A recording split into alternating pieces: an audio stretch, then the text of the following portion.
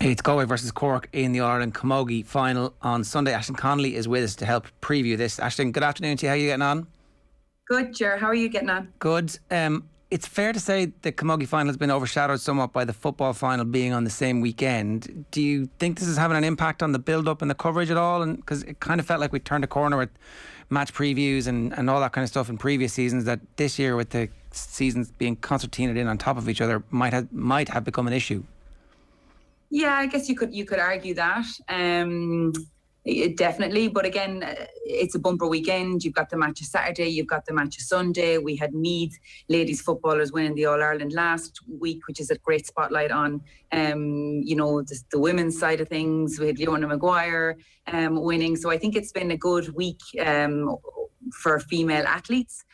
So I think now there is a little bit of focus more on female athletes, which is great. I know one of the front page times of the Sunday Times paper last week was dedicated solely to women's sports, because that's, that they had won and they were very, very successful. So, I think we are seeing year on in, and every year we're seeing an improvement in the coverage that, these female athletes deserve and that they're getting.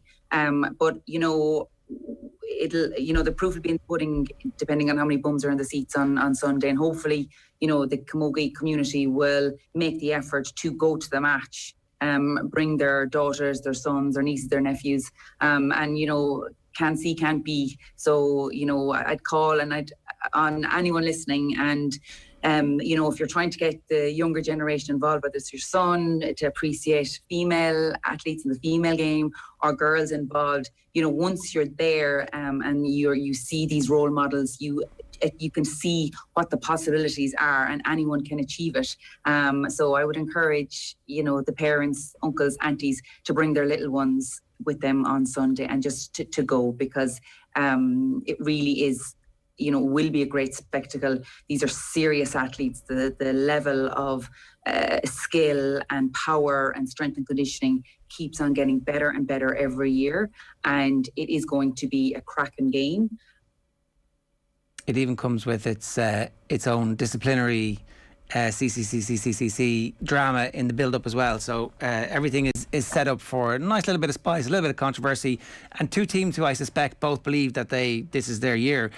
I guess in Galway in particular, this team is a team that has been building, has had some sensational individuals over the last couple of years who've done remarkable things, and know what it's like to be in the winning dressing room at this point as well. So they're not going to feel anything other than quite confident, I suspect, heading into this. Is that fair? That's fair, yeah. This is their third final in a row. They've won the All-Ireland 2019, lost out by 3 points to Kilkenny last year. They're very comfortable now at this stage playing in All-Ireland finals. You've Sarah Dervin, their captain. This is her 8th All-Ireland final appearance that she'll be playing in. And they'll be hungry. They'll be so hungry and hurt from last year. They wanted to win badly. They wanted the 2 in a row. So yeah, they're going in gung-ho for Sunday. But in saying that, then, like, you have Cork, who are used to being in All-Ireland finals. However, they haven't been in an All-Ireland final since 2018, and that's a bit unusual for Cork, because really in Camogie you've got 3 teams that are at the top. You've got Cork, Kilkenny, Galway, and in the 4th place, trying to bridge the gap, and doing so is Tipperary. But Cork will feel, they're back in Croke Park, and they love playing in Croke Park. Since 2000, they've contested 15 All-Ireland finals, won 9 of them. So, to an extent, they are the bar for which everyone strives to get to. Not so, I guess, in the last 3 years, but they will fancy their chances. They love playing in Croke Park. They love the open space. They still have about 8 or 9 players. There's a lot of talk in the media at the moment that, it's a transitioning Cork team. They've lost their key players like Gemma O'Connor, Breach Corkery, Marina Buckley, Aoife Murray in goals. However, they still have 8 or 9 of the teams that played in the All-Ireland final a couple of years ago. So, yes, they've got fresh blood. They've got 5 new players starting on making their debut on Sunday, but they still have the mix of the young and the old, or the youth and the experienced players to balance that out. Okay, so are you confident as a Galway supporter that, notwithstanding everything you've said about Cork, Galway should be slight favourites for this, given that they seem a little bit further on in their journey at the moment? I would say that, and the reason I'd say that is only because I guess Orla Cronin is a big, massive player for Cork, and her red card has been upheld, so she won't start. If Orla was starting, you would say that Cork had a harder journey to the All-Ireland final. They've been tested more. They've had closer battles. Beating Kilkenny was a real test for them in the semi-final, whereas Cork kind of had an easier run through, beating Cork and Clare and Kilkenny, which was a hard one in the group games. But Tipperary, they led practically for 99% of the game. I think they weren't leading for a minute. So yeah, I think Galway will be favourites because they were in the All-Ireland. They're in the third All-Ireland final in a row, and they have a full team. Carrie Dolan is out though. She is on the subs bench. Carrie is a niece of the legend that is Therese Maher, who's in the background team as a selector, and she is dead accurate on place balls. So she's their free taker. She scored 10 points, for example, in the league final this year against Kilkenny, and she hurt her knee against Westmeath in the championship, and she hasn't played since. So she is named on the subs bench. And I do think what is key to Galway winning is that they convert all of their place balls, because it's very important, and we see that in both codes. That the free taker is hugely important, and in the semi-final Galway weren't up to scratch in terms of frees, so I do think that that's going to be important for Galway, their free taking capabilities, and whether Carrie Dolan makes an appearance or not. Okay, it is your instinct that she will be off the bench at some point, and even on one knee as a free taker, that might be all she's asked to do? I think she'll come on, and no, I don't think that'll be all that she'll be asked to do, but I do think that she'll appear, and I do think she'll be on the frees when she comes on, but I do think she'll contribute off the place balls as well. Because it was as far back as the opening round against Westmeath that she injured her knee. Yeah, exactly. Yeah, so she may be a bit rusty, lacking championship games, but she's still a serious player, and has the experience of playing in Croke Park last year, for example, and played. She's been around a couple of years, so it won't stand to her. But it'll stand to her. But on the other side of things, you've Orla Cronin, who had the red card. That's all the controversy that we're hearing this week. It's looking like she's not going to start. I know Cork are going next level up to appeal it, but I don't see it myself that she's going to start. So she is missing, and she's the free taker as well. So it'll be interesting to see who takes her over from her. Cork obviously named a strange team with a gap in it, on the hope that, or the understanding that, or the belief that, or trying to put pressure on the powers that be to release her to play in the All-Ireland final. It's a high wire act from a psychological perspective. So much is invested in getting her free, and if she gets free, great, then it's a massive surge of electricity into the team room. But if she doesn't get free, you've invested a lot of emotional energy this week, like we've seen it with other teams before, where Aislinn Connolly didn't play his best game after all of the controversy around getting him back in on time. Like, the hearings run late into the night and everybody isn't quite in the full frame of mind. So I don't know, it's I understand why you go to the ends of the earth to try and get your players free, but sometimes the juice isn't worth the squeeze. Yeah, I hear you. That's one way of looking at it. The other way, I guess the other point in what Paddy Murray is fighting for is, one of his best players, All-Star, played, in 4 All-Irelands, and trying to get her back and doing everything possible to get her back. Absolutely. It's a distraction for the team. But I'm sure, that the whole background team are working with the team to just plow on with their training, their how their approach is to the game without that, and kind of funneling that out and letting the management and letting Paddy look after that. But no doubt it is a distraction, and I guess it's a bit mixed fortunes for the two teams. You have Galway in the semi-final. Derval Higgins got a red card. She was sent off with a case of mistaken identity. It was actually Emma Helbert who committed the foul, and Dervla was very surprised, got sent off, but that decision was rescinded. So Dervilla Higgins is starting, and the girl, Emma Helbert, who actually committed the act because it was mistaken identity, there is no action can be taken against her. So she is starting. Whereas on the other side, if you're from Cork, you would feel a little bit aggrieved. But what Orla Cronin did, she struck the hurl, and then she kind of a slight push of the face guard. It was harmless enough, you could argue, but the rules are there for a reason, and the rules state you cannot, in any shape or form, under no circumstances, touch the face guard. And if you do, you're off, and every player knows that. Yeah, look, it's just that we all know that GAA justice is a murky world. Like, James McCarthy is banned for the opening game of the new Gaelic football season in the league next year, but we all know for sure that if the Dubs had made it through to the All-Ireland final, there wasn't a chance in hell that he was going to be banned for the All-Ireland final, because we view All-Ireland finals as this kind of one thing on their own, and it's a lifetime's ambition to get there, and you get there and you're, the rules are upheld. So, like, I can see both sides. What's the point in having any rules if you don't enforce them at the most important times? And equally, well, it's an All-Ireland final. It's like... So it's very difficult. I do understand, but I can see how Cork will use this. It's absolutely so hard on Orla Cronin. Like, it's no player or, spectator wants to see anyone miss out on an All-Ireland final due to a red card. It's heartbreaking.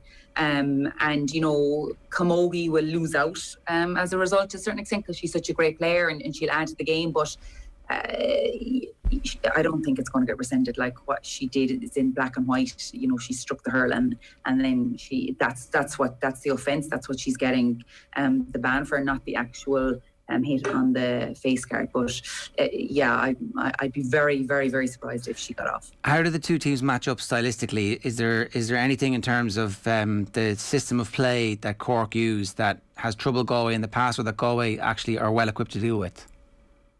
Well, Cork play a running game like they're hurlers, and it could trouble Galway, absolutely. Tipperary created 4 or 5 goal chances against Galway in the semi-final when they met. So I'm sure Paddy Murray and Cork will look to take advantage of that and try and get goals on the scoreboard early. So I do feel that Galway have to be very, very tight in their defensive unit to make sure that the running game and the long balls hit out from, like, Laura Tracy, Saoirse McCarthy wing back is nullified. I think midfield is going to be massive, and where it's going to be won and lost. So you've got Aisling Thompson, who we all know as one of the legends of the game, very, very physical, very, very skillful, very, very commanding in there in the middle of the field, and Hannah Looney, who is the dual star, playing absolutely brilliant, and they are a great duo. And on top of that, then from the Galway side, you have Niamh Kilkenny, one of Ireland's best players, 2019 Player of the Year. A big day player, a match winner, just one of the greats, coupled with Niamh Hanafy hasn't always played midfield, and it's kind of a new position for her this year in terms of nailing down the position this year. And I think what that's doing is it's bringing strength and physicality to Galway, because last year and earlier in the championship, Aoife Donoghue was in there with Niamh Kilkenny, and they're kind of the same player in terms of their agility, their speed, their quickness, their height. Whereas I think the balance of Niamh and Niamh Kilkenny and Niamh Hanafy, will match Hannah Looney and Aisling Thompson in every way, and I think that's going to be a serious battle there, and where whoever gets on top, I feel, will get the edge on the game. I realise asking you to call this is you kind of can't. It would be difficult for you to reappear into polite society if you were to predict against Galway. But do you see a pathway for Cork to win this if Galway don't perform to their absolute best? Oh my God, absolutely, Ger. Like, this is going to be, a humdinger of a match. It's going to be very, very tight. Yes, I have my Galway hat on, and yes, I believe Galway will win. It'll be a tight margin, but you tell me, pundits who are analysts who bet against their own county, it's very, very rare. But in saying that, Cork, are going to bring their kitchen sink to this game, and I don't think there's any underdog. Even Orla Cronin being, not starting, I don't think that at all. Like, Cork, like Galway have beaten Cork the last 3 times that these teams have met. So semi-final league this year, championship last year, and the All-Ireland semi-final as well last year. So Cork won't fear, Galway won't fear Cork, but in like that, as I said at the start, Cork love coming to Croke Park. They have the mix of the experienced players with the fresh legs, and they just don't have any history, don't have any baggage. These new girls like Amy Lee in goals, Laura Hayes, Saoirse McCarthy, Ciara O'Sullivan, Fiona Keating. These are all really strong girls that will add to the Cork team. But just to answer your question, yes, I think Galway will win. I think Aoife Donoghue is on fire this year. She scored 4 points the last time these teams met, and from full forward. She was deployed to full forward, which kind of, I guess, was a surprise for Cork. I think the 2 sisters inside in the full forward line, Siobhan McGrath and Orla McGrath, coupled with Ailish O'Reilly, get fast ball into them, and they need to convert. They didn't quite gel last in the semi-final, I feel. So if midfield get on top and we get fast ball into the full forward line, those girls will run at the defence, and they will they'll convert and they'll take their opportunities. So yeah, I'm tipping Galway. Fair enough. The McGraths have been big game players in the past as well, so I wouldn't be terribly surprised if they were to suddenly turn it on in the final. Just a quick word about the intermediate game, because Antrim can go senior again with victory. They're up against the Kilkenny intermediate ladies, so it would be much better for the sport. I'm completely biased here as an Antrim Camogie fan. I'm completely biased. I really hope they win, because it will be much better for the sport. And the GAA in Antrim is actually poised for a takeoff. Casement Park's being redeveloped. The footballers are starting to go well. Hurling is finding a foothold in the city again. And Antrim Camogie back in the 60s were pretty good. We could do with them again. Yeah, I hear you. I totally agree that the more teams that we have and the different faces within Camogie, the better is for the overall game. Kilkenny are going for their first final in 5 years. Antrim last year's beaten finalists. So I think Antrim will win. I think when they get to Croke Park, their drive, their determination, their physicality will see them through it. Roisin McCormack is absolutely lording it this year. She's scoring goals, multiple goals in every game that she played, so she'll definitely be one to watch. Roisin McCormack, watch out for her. And then also we have the junior match between Armagh and Wexford. So again, that will be another great game. Wexford came down from intermediate last year, so they will be gung-ho to get back up into intermediate again, with their seniors, getting to the quarterfinal this year. So Wexford, who, were brilliant in 2010 to 2012 to 2013, thereabouts, they've had a lull, but they seem to be making inroads and progress last year, this year. So yeah, it's a treble header, 12 o'clock, 2 o'clock and 4:15 on Sunday. So it's going to be a great evening and great day of matches. Get out and go is the message. Aislinn, great stuff. Thanks a million for joining us. Cheers. Thanks, Ger. That's Aislinn Connolly there helping us preview the All-Ireland Camogie finals triple header on Sunday.